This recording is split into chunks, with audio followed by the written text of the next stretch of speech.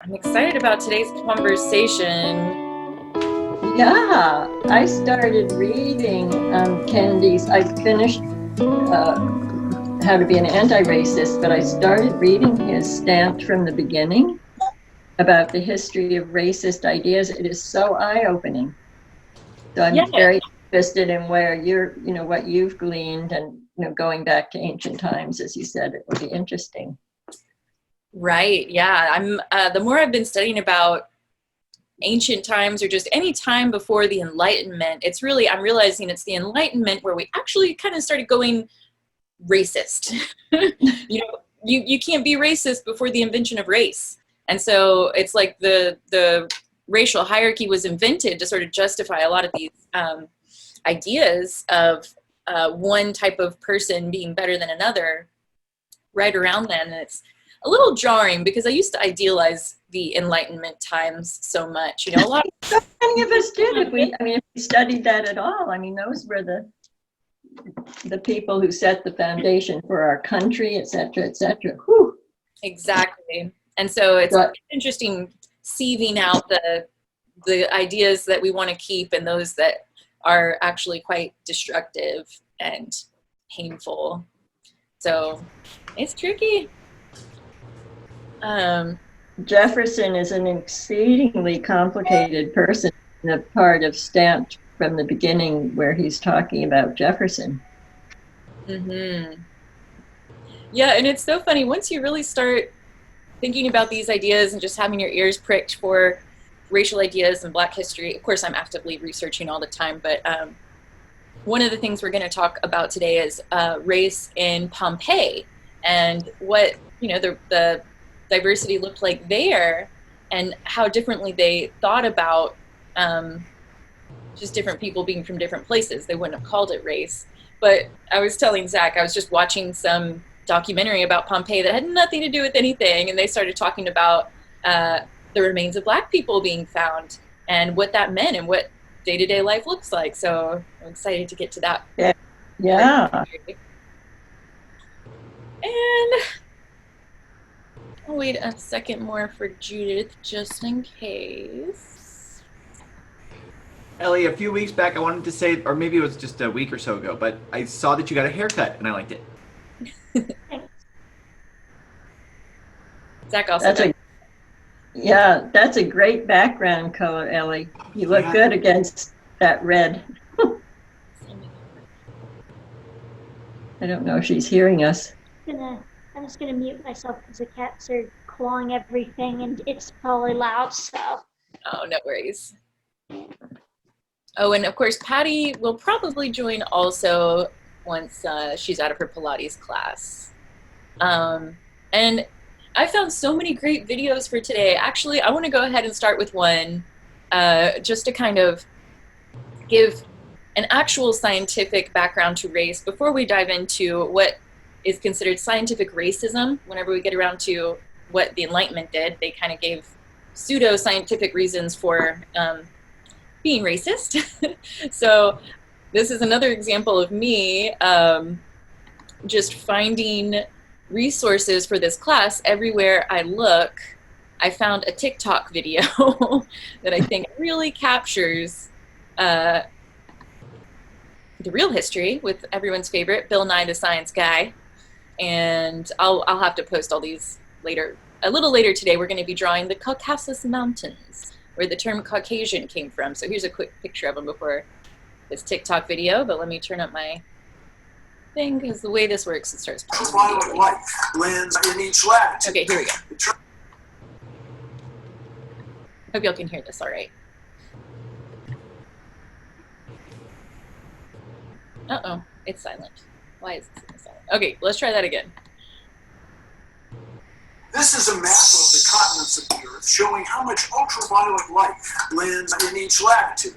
It turns out the closer you are to the equator, the more intense the ultraviolet. These reds and purples. But then as you move away from the equator, we change the colors to orange, yellow, greens, and grays. Now here's the same map of the same continent with just one color. And it turns out that everybody on Earth is descended from people that live here. in Africa. And then as groups of us moved around the world, the color of our skin had to change. And here's why. Our skin is where we make vitamin D. If you don't get enough ultraviolet, you don't get enough vitamin D. But if you get too much ultraviolet, then you break down your folates. You have to have it in perfect balance. And because the ultraviolet varies, the color of our skin varies. And that's it, everybody. That's why we have different colored skin. But we're all one species. But we're not treating each other fairly. Not everybody's getting an even shake. So it's time to change things. This is a map of the continents. Okay, so that is Bill Nye the Science Guy. And did y'all catch that? It's kind of fast paced, but UV light, that is why we have different skin colors. That's about it. And it is geographically determined because there's more UV light that hits areas around the equator more so than in like higher northern or far, far southern climes. So, yeah. So we need a balance of vitamin D and folates. I think he says it if you have too little or something, then it breaks down your folates. But yes, it's a balance of maintaining your folate content or amount. Oh, here's Judith. And getting enough vitamin D. And that's about it. And of course, yeah. Hi, Judith. Hey, Judith. Hey, I ended up in the video somehow and not in the Zoom. Oh, good. You found us, though. Yes. So we did just watch a quick video from... I watched it. Oh, you did? I ended up in the video instead of the Zoom. It was really weird. Was it a Bill Nye the Science Guy video? No. Okay, because we're doing a lot of videos today. It was the 3 minutes by Vox on There's No Such Thing as Race. Good. Yeah, that's a good one, too. Well, this was just showing that our skin color varies because our body needs a certain amount of vitamin D from the UV rays. So that will change the amount of melanin in your skin, but you also need to get a certain amount of folates. And Ellie, you had a comment. Go ahead. I'm just curious how much that would affect people if basically we evolved these different pigments of skin because it was best suited to those environments that we were in. Like, it's interesting how it would affect people when they now get to move somewhere completely different and everything is kind of global. So I don't know, that's interesting. Yeah, I was thinking the exact same thing. I was like, well, shoot, you know, now that we have African Americans and people who have that skin tone but are in a different area, are they deficient in their vitamin D because they're at a more northern latitude now? It's a great question. And I don't know the answer. So, yeah, that's something worth looking into. So, Judith, I'll post the video we just watched. It was like a 30-second little clip. Okay. Just some real science before we dive into some pseudoscience, because what we're about to talk about is the invention of the idea of race. And I have been really intrigued by ancient history recently, as I'm kind of in search of Black history. It's a podcast that I really like and would recommend. It's called In Search of Black History. But once you go before the Enlightenment, if you were going to get into a time machine and go back to any era before like the 1700s, whenever race was invented, and you asked about racism, they just would have looked at you funny. They wouldn't have been able to say, oh yeah, we're racist against so-and-so. They would have been like, what's a race? What are you talking about? And if you would have said, oh, it's like your skin color, blah, blah, blah, then they would have been like, what? They would have thought it was like, I keep thinking in my head this mental idea of introducing someone to the idea of like color coding all of your closet, and that being really OCD and strange. Like, why would you do that? Judith, you have a color coded closet. A little bit. I remember you drew that once, actually. So I'm gonna. Are you saying that the age of enlightenment was when the concept of race came in? Not very enlightened. Exactly. Exactly. Yeah, and that's what we're going to learn a little bit more about today. And Each latitude. hold It on. turns out the closer I'm sorry, that thing keeps popping up whenever you I. are to the equator, or I'm going to. Zachary, while we're waiting, is there some way for me to search? I tried Google, it didn't help. I know that there's going to be many violin memorials on Monday. Mm-hmm. And I know there's supposed to be one in Washington Square, but when I Google it, nothing comes up. Is there a site? Well, as far as I know, people on Facebook have been kind of galvanizing. Let me just. There's somebody I know in. And I know there's definitely one because that violin player that I met, that I drew, told me he was helping to organize it, but he was supposed to send me an invitation. I didn't get it. Let me see. You don't have to take the class time, but if you find anything, I will send it your way. Oh, also, not to take more class time, but I got the packages, and thank you so much. Oh, you're welcome. Loved the music. I'm so glad. I wanted them to find a home. Okay. And just a note, while Zach's doing a little research, you're welcome to just draw whenever we draw. We're going to be drawing the mountains of Caucasus a little bit later, but I'm going to be taking some notes, and I'm going to try and be a little visual about it. So I've just got bubble letters. I'm writing "In Search of Black History." I don't know what the mountains of whatever that is are. We'll lead up to it. Okay. But just so you know, there's a thing that we're supposedly going to draw today, as opposed to last week when we didn't draw anything at all. And I have to get on the Zoom at noon exactly, so I might have to leave a couple of minutes early. Okay, great. And I'm going to be just illustrating in my sketchbook to take notes about the timeline that we're going to be following here. And the first stop on our timeline is 10,000 years ago. Some of the very first human remains that have ever been found. Tell me if you've heard of Cheddar Man before. As in the cheese, cheddar? As in the cheese. And he's called Cheddar Man because he was found in the same region of the UK, Cheddar, as where the cheese comes from. Okay. So Cheddar Man, what was the year? 10,000 years ago. Oh, that doesn't tell me. What's 10,000 years ago? Someone tell me what that is. 8,000 BC. I don't know. Okay. Is it? Yes. Yeah, okay. It would be right. Minus 2,000. If we're going to do a timeline, I want to do a timeline. Perfect. Okay, I'm going to share my screen and show you a little video, but just out of curiosity, when you think, Cheddar, he's from England, what race would we call him now? Certainly white. White. Caucasian, yeah. Caucasian, right? Oh, Caucasian, what a loaded term. So here is the real... God, did I do it again? Cheddar Man. Did you do what? I say the wrong thing? Fine, period. No. I've been studying the Cheddar Man skeleton for more than 40 years. So it's incredible now to have the DNA data that really shows us what this guy looked like. The hair, the eyes, the face, that combination of blue eyes and dark skin, really very striking, something we wouldn't have imagined. And to also get from the DNA, details of his biology, the fact that he couldn't digest milk as an adult. That's something that came really with the advent of farming. And 10,000 years ago, people in Britain didn't have that. And of course, it's very striking for a 10,000-year-old human. Our expectations a few years ago would have been that this individual would have had, maybe dark hair, but fairly pale skin, possibly blue eyes. And what we've got is a quite unusual combination of this dark, slightly curly hair, really quite dark skin, and quite striking blue eyes. And this is the official unveiling when the geneticist figured out. So this is a super cool video. I'll stop there. But he's black, you guys. So this was a big shock to the worldwide community because we're so entrenched in this mindset. Everybody's hand just went up. Carol first, then Zach.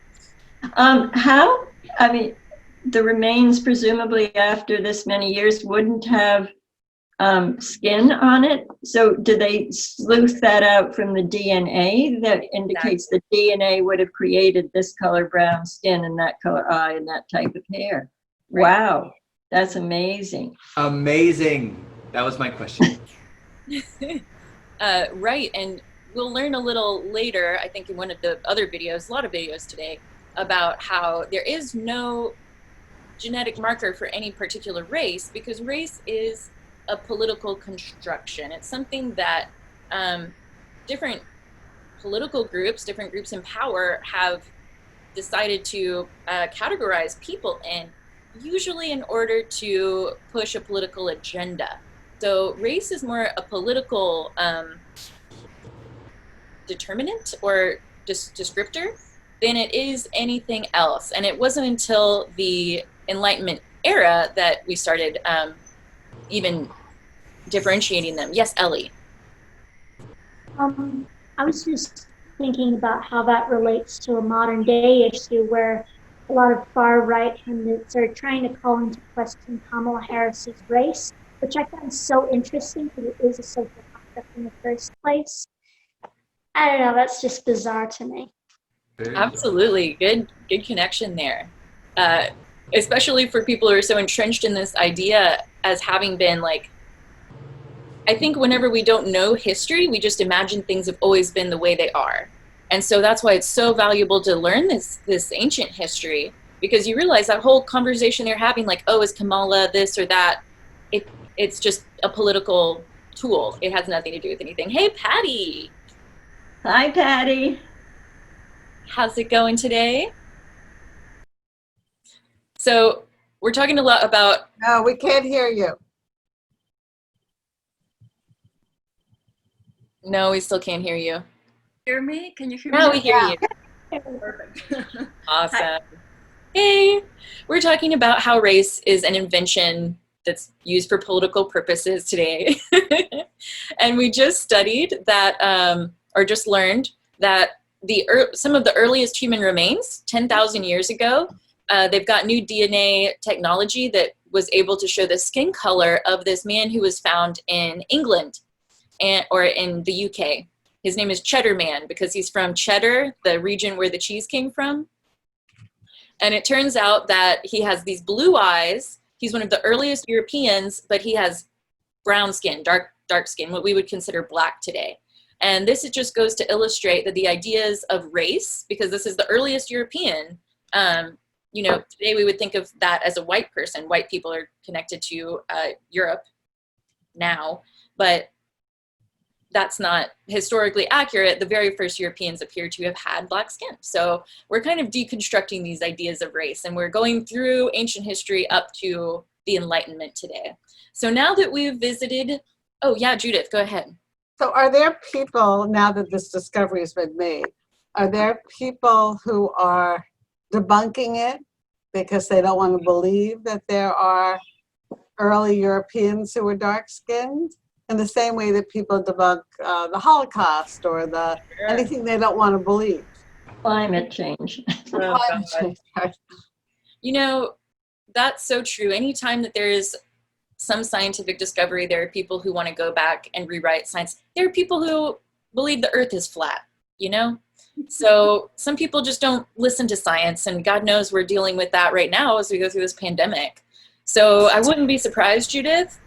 Fortunately, when you research Cheddar Man, just Googling, I'm not doing academic research here, but it is overwhelmingly, it seems that there's a scientific consensus and there isn't that much debate happening right now. Yes, Carol. Well, how does this fit together with what Bill Nye said? Because at this latitude, shouldn't people have been somewhat, I mean, I wouldn't call that a black person like an Ethiopian or, you know, somebody who's really totally dark. I would call them brown. But at this latitude, wasn't he showing that they would need to be paler at a biological level? Right. He did mention, though, and I think we've all probably heard before, that we all came out of Africa. And so 10,000 years ago would have been the very first immigrants with an, you know, what is that? With an ear and eye, I can't remember. But they would have been the first people still having not shifted that UV, you know, skin color, who are reaching those areas. And then that's when 10,000 years ago, the skin color might have started evolving. All right, so then he wasn't actually the earliest European because he wasn't necessarily born in Europe. Well, we don't know. I mean, he was an adult who probably didn't in his lifetime walk from Africa to, you know, Cheddar, UK. So he was probably born somewhere in that region, enough to have, you know, he was found with all his stuff. So there is archaeological evidence that these people had established some kind of, you know, place there. Foothold. You know, I was thinking too, I doubt we're even going to get all the way through all of the history today. So this might be a two-parter because there's just so much rich, good stuff in this conversation, because we're going to continue in our journey. Yes, go ahead, Patty. Like this, thank you for the recap, first of all. Sure. And this conversation just reminded me of yesterday. I was listening to a podcast, surprise, and it's called The Next Big Idea, and they talk about like different topics. It's very interesting. And yesterday they were talking about a book. I mean, not yesterday, like the episode I was listening to was about a book called Humankind. And they, like, the writer of the book goes into like showing evidence of how humans, we are much more like collaborative. Is that even a word? Collaborative, yeah. What say the word again? Collaborative. Collaborative. Yeah. And willing to help each other and to be altruistic. Like, that's human nature, and that's like how we have survived all these like years without being eaten by tigers or whatever, you know. But the interesting thing is all the misconceptions that we believe about humankind because of different even like scientific, like quote unquote scientific studies that have been done, like scientific research that was like highly manipulated to create the opposite result, like the Stanford Experiment. Do you know about that one? About the prison, the Stanford prison experiment. Yeah. So that was like extremely manipulated, and because they wanted a specific result. But those kinds of experiments or research or whatever, like they have been widespread, and so we get like sometimes like we get to believe, or a lot of people gets to believe that no, humans, like if left alone, if left to their own, they're selfish, they're gonna kill each other, and it's actually the opposite. And one after another, like study, research, or things that have happened spontaneously, like there were like a group of teenagers who got lost in the wild and left to their own devices. Yeah, devices and will and whatever. And they created a system where they cooperated with each other and helped each other, and they survived. And we're talking about teenage boys. Yeah. Which flies, huh? Yeah, exactly. That's what I was thinking. Please post that if you get a chance, or just message it to me and I'll post it, because yes, I will message it to you, and you can send it to everyone, because or post it or wherever, because I thought it was so interesting. And now, like, listening to this is like, yeah, like we have believed so many things that are not true. Like we believed like Black people come from Africa or stuff like that. Right. When we're not certain about those things, but they are like so widespread that we want to believe them. And well, we tend to believe them, and it's like, why? Like, who decided that was going to be the narrative? You know, like exactly. For what reasons? Perfect. But people always manipulate like surveys, questionnaires, etc., to get the results they want. We just had this in New York. Oh, well, I want to stay on topic because there's so much to cover today. Yeah, but sorry. No, you're fine. And it totally, like, just wait if we get to it today. The pseudoscience that they came up with in the Enlightenment to prove that races were different is just like obscene. We wouldn't consider it science today. So, you know, just like they're doing today with statistics, they did it back then for political purposes. But I want to get back in our time machine to go to ancient Rome, because one of those big ideas that I think we don't even question, because it's just what we're used to, especially in the States, where when we talk about slavery, there's a very specific type of slavery that we imagine, and that's specifically chattel slavery, where only Black people were enslaved. Now, in ancient Rome, what do y'all know about slavery? You give me a dateline. Are we doing a dateline? Dateline. And I'm trying to do a dateline, but I'll stop if we're not going to do that. I'll have to have a better prepared class where I have the exact dates. If you want to just write ancient Rome, and then we can research when exactly we're talking about. I'm going to be referencing Pompeii before the just around the time of the explosion. So I think that's like. I'll look it up while you talk. And Ellie, did you have a? Yeah, you asked what slavery was like in ancient Rome. Is that right? Yes, that's right. Yeah. So I'm pretty sure that it obviously wasn't race-based, and it wasn't even necessarily that they are intellectually beneath you, and slaves could earn their freedom a little more easily. And it's still obviously very morally wrong, but I think it was a lot less bad than American slavery. There, you nailed it. So first of all, it was not racially divided, because back then there was no such thing as race. So they wouldn't have thought like, wait, what are you talking about? Wait, what is that? They enslaved anybody who they defeated in war.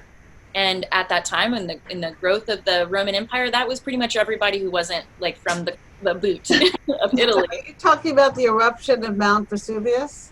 Yeah, we're going to get there in a second. 79 AD. 79 AD, great. But ancient Rome is much older. Way And BC. ancient Rome, yes, going back even before then. So, in fact, just as Ellie was saying, there was no disparaging of people who were slaves. They didn't identify slaves as being less than. In fact, some of their favorite slaves were the Greeks. If you were anybody, then you had a Greek slave as the tutor for your children. Aristotle was I think he was a slave who taught Alexander the Great. I'm not sure. I might have. He did teach Alexander the Great. He definitely did, but I don't know if he was a slave. I don't think slave.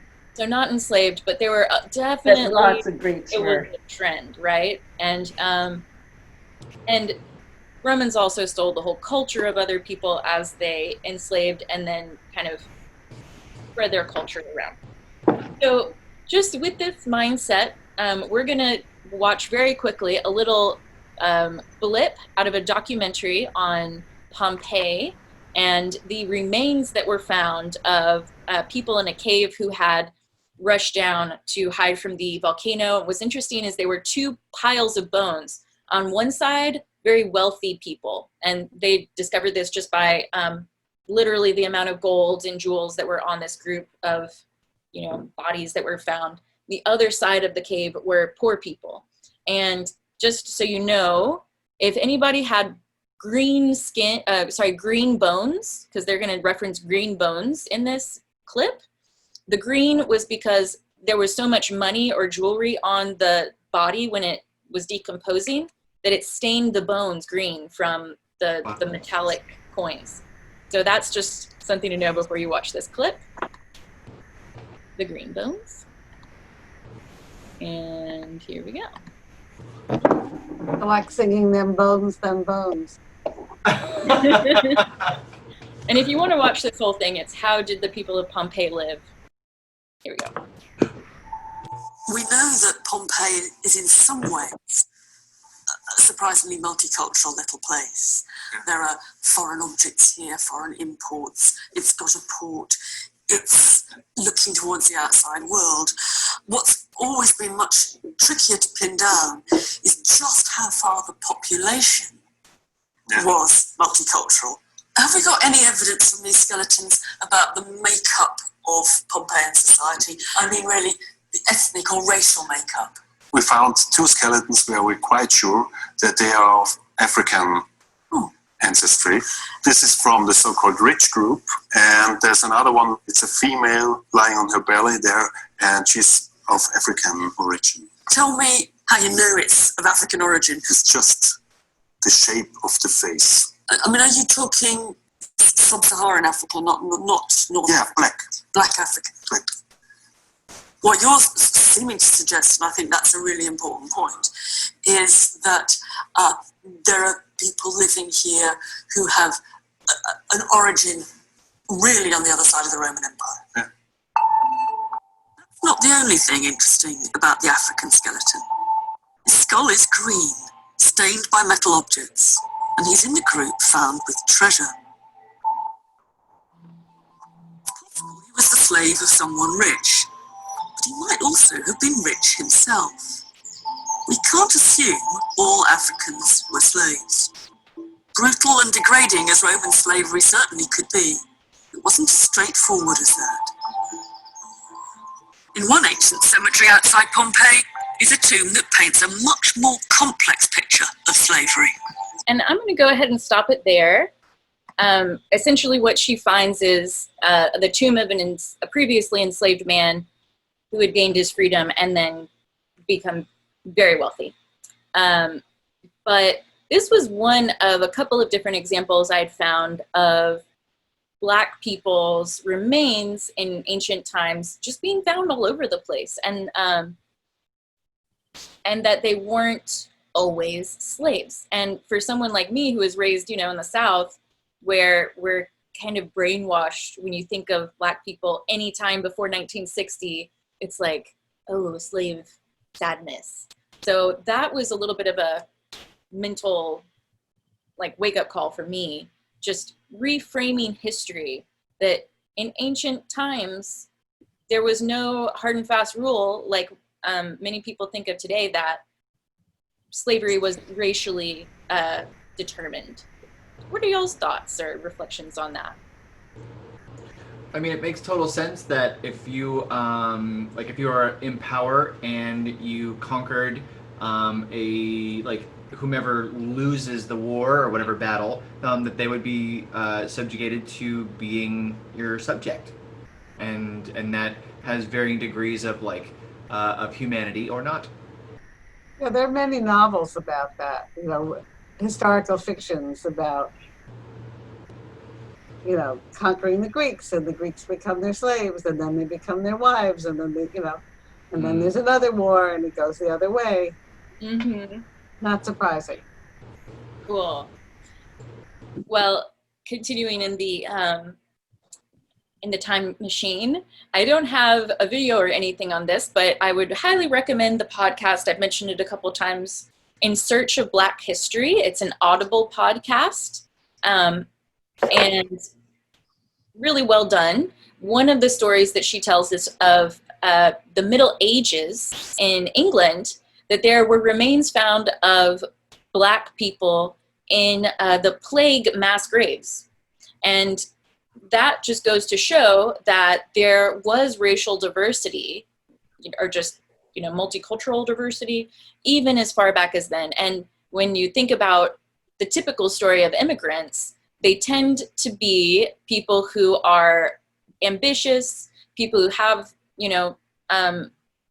something that they have to offer, some kind of skill when they move to a new place. They're looking for improvement in their situation. So there's a good chance that even though we think of the Middle Ages in Europe as probably being completely all these white people, that there was a mix, and that there is evidence and anthropological bones that have been found that show that there would have been intermixing of different people from different places, even as far back as that, and that this whole idea of any purity of racial differences a myth. It's not like a real thing. So I recommend that for further research. And then we'll hop along back in the time machine to the Enlightenment, where things really go down the drain as far as. So I'm going to go ahead and show the final video. Hope this isn't too many videos today, and then we're going to be actually drawing. So this is a great breakdown of the origins of the Caucasian people, the race of Caucasian. Here we go.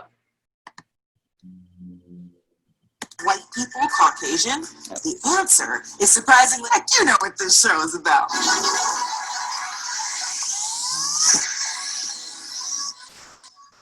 Most people know the definition of Caucasian as a white-skinned person of European descent, right? Not really. Outside of America, white people generally aren't seen as Caucasian at all. Why? Because almost every country has a different definition for Caucasian. A person from the Caucasus region, which, in case you're wondering, is actually right over here, with parts of Russia, Georgia, Armenia, Azerbaijan, and northern Turkey. So why has Caucasian become synonymous with all white people? Well, buckle your seatbelts, because things are about to get pretty racist. A century before Hitler's rise to power, there was another German man who believed white people were the perfect race, Christoph Meiners, who was one of the earliest adopters of scientific racism. Now hold on, because it's about to get really unscientific. Meiners believed that Caucasians, aka the actual people from that region between Russia and Turkey, had, quote, the whitest, most blooming, and most delicate skin. In fact, he viewed every non-Caucasian race as ugly, inferior, immoral, and animal-like. He also believed people from the Middle East and Asia had little intelligence and were predispositioned to be evil. Then German scientist Johann Blumenbach added to this emerging definition. Blumenbach believed that the Caucasus region was home to the most beautiful race of men, the people of Georgia. And what made the Georgian people so beautiful? Well, this creepy guy had a huge collection of human skulls. And of the 245, the Georgian skull was his favorite. Did I mention that he had a collection of 245 human skulls? So this weirdo, using no science at all, decided that all of humanity must have come from this region. Spoiler alert, we didn't. He also decided that all light-skinned people from Europe belonged to the same race, Caucasian. Then he split the rest of the world into 4 other races, which he referred to as degenerate forms of God's original creation. Sounds like a fun guy. Whose other races were Mongolian, the yellow race, Malayan, the brown race, Ethiopian, the black race, and American, the red race. Blumenbach's racial classifications went on to be adopted by the newly formed United States, because of course it did. It helped our founding fathers justify things like slavery and selective immigration quotas. But that was a long time ago, right? So why does the word Caucasian persist while other old-timey racial categories like Mongoloid and Negroid have disappeared? Well, there seems to be a few reasons that are a little intertwined. In America, there's a long legal history of the word. The Supreme Court has actually used Caucasian in 64 cases, including one from 1928 that is key. During the 1920s, only free whites, or Caucasians, were allowed to become naturalized citizens. In 1928, Bhagat Singh Thind, an Indian man who fought for the U.S. in World War I, tried to become a U.S. citizen by arguing that many anthropologists defined Indians as Caucasians. After a major legal battle, the Supreme Court decided that Caucasian really only meant white Europeans. This decision legally codified the modern American definition of Caucasian as whites with European ancestry. Why else? You don't exactly know for sure, but one reason I think Caucasian is likely stuck around is because of its power. Language is one of the most systematic, subtle, and significant vehicles for spreading racial ideology, and Caucasian implies that white people are different from other racial groups in America. It makes it seem like white people are somehow connected in a way that's not just based on the pigmentation of their skin. It even sounds kind of scientific, even though it's really not. So were you surprised by the history of the word Caucasian? Sound off in the comments below, and we'll see you next week right here on Decoded. Like Marcus. Okay, well, stop Can it. you, Jessica, can you repeat? She said Mongolian were orange skinned, Negro were dark skinned, and I missed one. The Americans, like Native Americans, were red. Ah. Yep. Now, this was only one of the originators of, let me share my screen again, this concept of scientific racism. So I had been thinking it was Linnaeus, who was one of the people who started, categorizing species in the animal kingdom. And I think part of the Enlightenment was this obsession with categorizing and wanting to, place things and make sense of the world through these categories. Unfortunately, they weren't quite up to the task. And so they decided that, humans, we must be a species. And look, we've got Europeans, Americans, Asiatic, and Africans. That tradition continued with really what just surprises me about this history is like, here's this guy, Petrus Camper, a Dutch guy, and he just looked at Greek statues and thought they were the most beautiful. And so that's why that race that had just been invented must be number one, because they're the most beautiful race, which, like, this is an art class. Hopefully we can agree that beauty is in the eye of the beholder. It's not a universal, truth. And then here is Blumenbach. Again, we have this idea of beauty, deciding the origins of race, that instead of what we now have as anthropological DNA evidence that all humans originally came out of Africa, just because people from, or as we now know, the skulls from the Caucasus region were the most beautiful, they thought that was where the origins of the entire European race came from, race. So speaking of Caucasus, thought we would check it out. This is the area. So this is what we're talking about when we talk about Caucasian people. And it was really striking to me that this is it's like at the border of Europe and Asia. We're talking about Russia, right here on the border of Iran. I barely know how to say Azerbaijan. Oh my God. Probably not what you think of when you think of quote unquote white people. But this is where Caucasus is. And so for me, I thought that in order to really remember this concept today and remember that Caucasian comes from these Caucasus mountains, I thought while we talk about some of these ideas and just kind of open things up for dialogue for the next 15 minutes or so class, we could draw these mountains, the Caucasus mountains. So, we talked about slavery in ancient times, how it became invented. And what really sticks out to me about all these concepts is just that race is a construction. It is an idea that we didn't used to have as human beings, that we have shifted over time. So Judith already watched that short 3-minute video on the invention of race and how it's been adapted for political purposes. And maybe you can share a little bit about what you got out of that, Judith. Any takeaway? Nah. I'm overwhelmed by all the videos. They all blurred. I know, right? But yeah, it's just a mental concept. And I'm just, as we are in the middle of a historic time of reconsidering race on the broad spectrum in politics and the way that we interact, as people, like what would it look like if we let go of some of these old ideas and just really recognized our common unity, That was the overall theme for me. And in the meantime, I'm going to let y'all chat a little bit and I'm going to draw these mountains. So anything that stood out to you? Is there anything that bothered you about any of this, or what I noticed is that I think I knew that the origin of the term Caucasian comes from the Caucasus Mountains, or however you pronounce it, but I never thought to question, which kind of annoys me. Like, why would that? Like, why didn't I question the origin? Like, why would that? Like, I've never heard of the Caucasus Mountains before this. I didn't either. I think my uncle was like, oh, that actually has an origin in the Caucasus region, and I guess that it makes me sad that I never questioned it.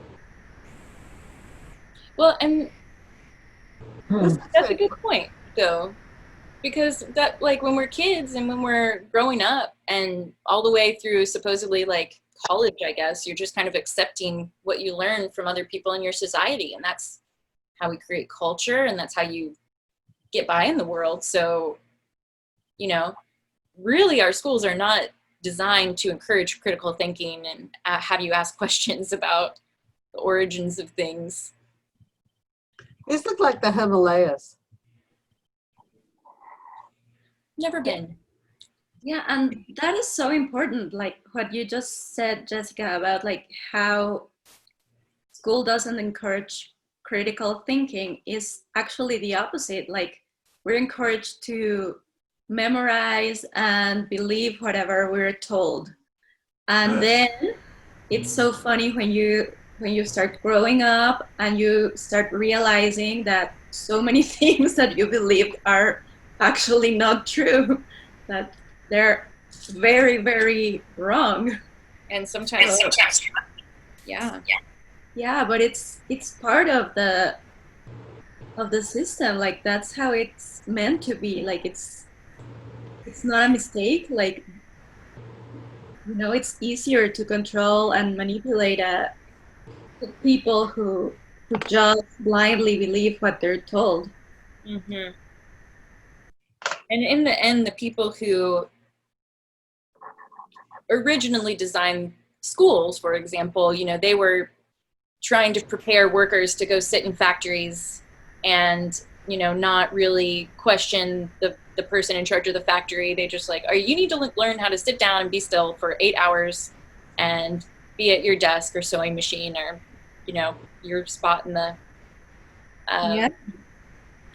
And we still haven't gotten very far out of that system. And in the end, like the people who are really in power, like why would you want to question anything that has given you that power? And in the end, I think that's what race really comes down to. These racial distinctions have been used to empower, to create policies that are racist. So in the video that I posted in the group, they talk about how originally Mexican people were considered white. And it wasn't until there was a big movement to stop immigration that they redefined Mexican as its own different term, or, you know, Hispanic, to say, okay, yes, we will continue to allow large percentages of white people to come into the US, but Mexicans aren't white anymore. So we're going to lower that number. And that Irish used to be considered non-white. And it wasn't until Irish and also Italian Americans, they were considered non-white until their cultures assimilated enough and they played the model minority game for long enough to where they were accepted and considered white.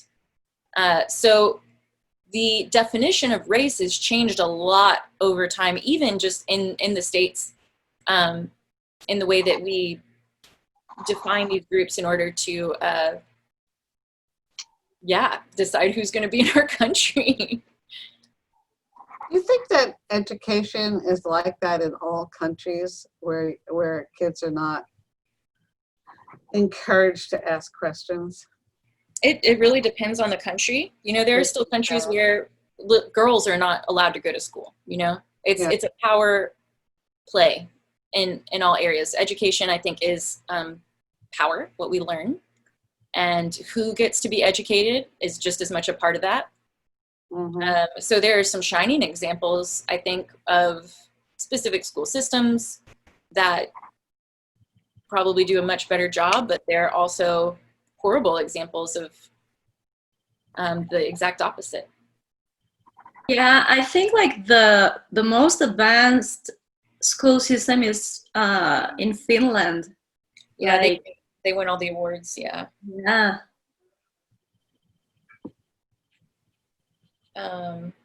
There's a quote: "Give me the textbooks and you give me the state. And then y'all know who said that? No. Forest Man. Hitler. Oh, Jesus. Hitler.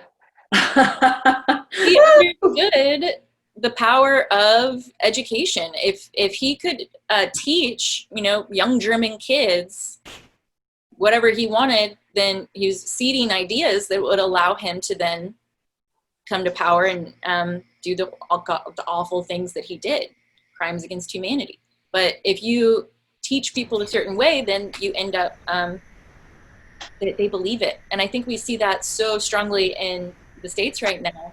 There are people who were raised on a history of like all of the beautiful things about the Confederacy and how slavery was actually not so bad. And now because they grew up, being taught that in school, that's what they believe. And it's hard to unlearn, to be in a place where you're even willing to unlearn things that were fundamentally true to you as a child. Well, the part of this Kendi's stamp by racism. Part of the racist ideas were that the slavers were giving the Africans a great benefit by bringing them out of their primitive country and exposing them to white culture. Even there were so many contradictions in their ideas, of course, but yeah. And there's so much misunderstanding. And one thing that I think about is I'm a big permaculturist, so we are really into food forest. It's like regenerative agriculture and this whole thing. So now what looks like the thing that's going to save the world is reforesting places that have been like turned into deserts because of overuse, blah, blah, blah, and the concept of food forests. So food forest, really, the origin of a food forest is what the early colonizers would have come across when they came into Native American populations all along the North, Central, and South Americas. So especially in rainforested areas that are tropical, they created these, very intelligently designed food forests where people have come in and worked with nature to put complementary plants together, to plant food trees. Like, basically it looks like this wild, incredibly productive, natural place. So for a colonizer from Europe to come in, and they're looking for agriculture that looks like their agriculture. They're looking for farms that are, big crops of wheat. They came in and they didn't know any better. They just saw that these people were living, quote unquote, like savages in forests. They didn't understand the intelligent design that they've been doing in these food forests that were way more productive than, traditional European crops. They thought that they were so much better. They took over. We know what happened then.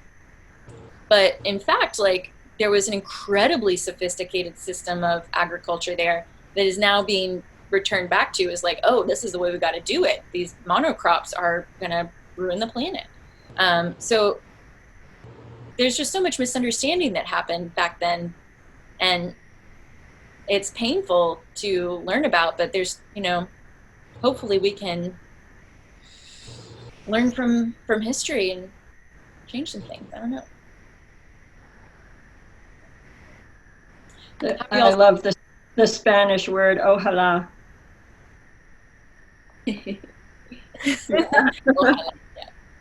What does that mean? Hopefully. So, yeah. May it be so. So, since we're coming around to the end of class, anybody want to show off your mountains or just share any final thoughts? Let me pop you up here, Judith. You got your... To the other side. There you go. Ooh, look at all these notes today in the mountains. That's an awesome page. Yes, the myth of race. Mine looks kind of similar, but I got to fill up my middle of the page. I got my little mountains on the bottom. Nice. And I got Cool. big bubble letters, but I need to fill in my time section. I was talking too much. So Fact that I you do all this on a, I don't know how to draw on a laptop, but I love the fact that you can. cool. I don't know And how to do either. Nice. I started a really huge drawing, so I am on my big black paper, Oh, so I'm beautiful. not very Oh, far. look at that. I love the mountaintops. yeah, beautiful. Well, I'm using my metallic silver pencil, so I thought that was fun. But I have a long way to go to fill in these. I made it so big. I should have made less of the green part because that's not so interesting. But there it is. It's a contrast to the mountains, so it works. Yeah. Yeah. It definitely works. I'm gonna put this picture in the class. Okay, guys, I have to go. Okie dokie. Judith, Bye, thank you. Judith. Friday, I'll be in the country next Friday, so I'm gonna try to. I should be able to get connectivity. I tried to use Zoom on my mini laptop. That didn't work, but I think they have a computer there. Okay, cool. Where are you going? We'll see ya. I'm Cool. going. Friends of mine have a house on a lake in Holmes, New York. HLMES. They've had it for 38 years. I go up every summer a couple of times where we swim every day in the lake with the swans. With the swans. Oh, gorgeous. And like nobody, there are 30 houses. I have only seen one family ever in the lake. It's amazing. So we own the lake. Nice. That's amazing. Bye, Bye. everyone. Have a Bye, good Bye, week. Judith. Bye. So I think, Go ahead. Yeah. I mean, it's so interesting that the white people were considered to have come from the Caucasus because there was also, and again, referring to Kendi, which I'm just finding so illuminating, that people of a certain scientific point of view thought that Eden was in Europe and that the original Edenic people, which is sort of mythological, were white, and then the people degenerated from whiteness when they went to Africa, and some of them thought it was because of climate, and some of them thought it was because of the curse of Ham, one of the sons of Noah. I mean, they had some amazing theories about why black people were black and why they were inferior. Well, and I think that speaks to how whenever people don't know something, we come up with these sort of religious answers, right? Like we have some sort of mythology, the origin story, and every culture has their origin story. And lately, those kittens are so adorable, Ellie, it starts distracting. That's so sweet. There are close to the origin. But yes. So now that we're leaning on science, we're able to kind of say, okay, well, we need proof for whatever we're going to believe. But before then, you know, whether it's Eden or whether it's the Caucasus Mountains, just because those skulls were pretty, like that's so strange to me. What's weird is that there's so much unscientific science that even our modern views are based on that we haven't gone back to deconstruct. And until we really do that, you know, we're going to be stuck in these completely biased and unscientific ways of thinking. Yep. Yay for doing the work. Yeah. Yay. Alrighty, guys. Well, it is officially 11 o'clock. How do you want to show off your mountains before we head out? I was trying something different, and it's just looking like a mess, like a complete mess. But anyway, I'm going to show it to you. It's just know that it's a mess. Deal. Okay. Oh my gosh, this looks great. I'm not going to follow your instructions because it's not a mess to my eyes. Yeah. I have my freedom of conscience, Patty. Yeah, you're right. You're totally right. You know, it's probably just one of those Monet situations where from far away we're like, yeah, that's fabulous, and you're seeing all the little tiny things up close. Exactly. But you got this. You got I was that. having fun anyway. There you go. Excellent. And hopefully that will help you remember, if you ever heard the term Caucasian, you can say, did you know that that's from the Caucasus Mountains in Azerbaijan? And weirdo with it was obsessed with skulls, invented the term, even though it means nothing. So there you go. Alrighty, everybody. Well, have a fabulous weekend. Thank you, Jessica, and all other dear friends. Yes. Bye, Carol. Great to see you. Bye. Bye. Bye.